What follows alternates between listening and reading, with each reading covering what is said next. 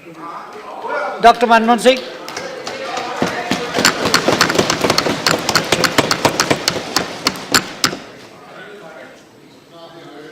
Mr. Chairman, sir, I rise to highlight some of the problems that have arisen after the decision to demonetize 500 rupees and 1000 rupee currency note. Prime Minister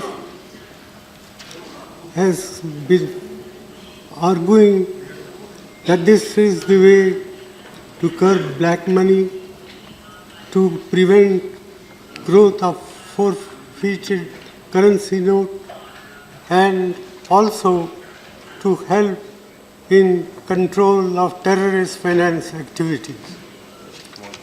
I do not disagree with these objectives, but what I do want to point out is that in the process of demonetization, monumental mismanagement has been undertaken, about which today there is no two opinions in the country as a whole. Even those who say that this measure will do harm or will cause distress in the short run, but be in the interest of the country in the long run. Well, I am reminded of what John Keynes said once, in the long run, all of us are dead. And therefore, it is important to take note of the grievances of the people, the ordinary people who have suffered as a result of this imposition on the country overnight by the Prime Minister. And I say so with all responsibility that the outcome, we do not know what will be the final outcome. Prime Minister has said that we should wait for 50 days.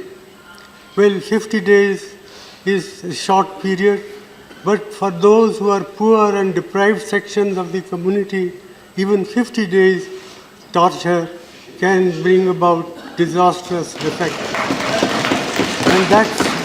And that's why about 60 to 65 people have lost their lives. Maybe more. And what is more is, what has been done can weaken and erode our people's confidence in the currency system and in the banking system.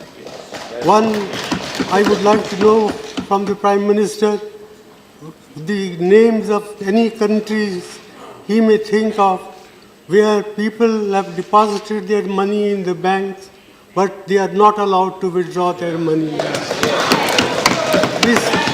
This alone, I think, enough to condemn what has been done in the name of greater good for the people in the long run.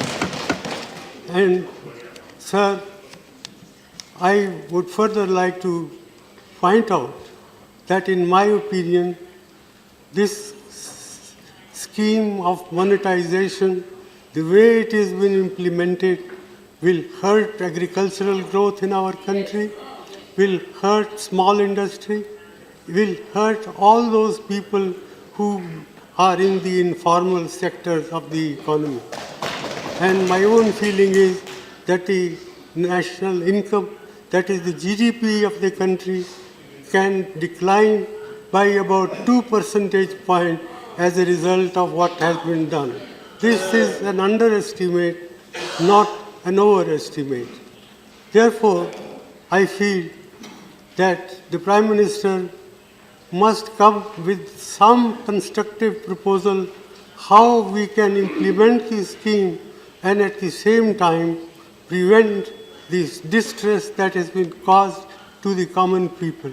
It is no good that every day the banking system comes with modification of the rules, the conditions under which people can withdraw money. That reflects very poorly on the Prime Minister's office, on the Finance Minister's office, and on the Reserve Bank of India. I am very sorry that the Reserve Bank of India has been exposed to this sort of criticism, which I think is fully justified. I therefore not like to say much more than this. I urge upon the Prime Minister to find practical, pragmatic ways and means to relieve the distress of the people who happen to be a great majority of our people.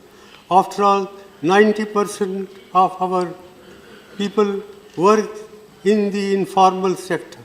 55% of our workers in agriculture are feeling distress. The cooperative banking system, which serves large number of people in the rural areas, is non-functional, has been prevented from handling cash. So, in all these measures convince me that the way the scheme has been implemented, it's a monumental management failure, and in fact, it is a case of organized loot and legalized plunder of the government.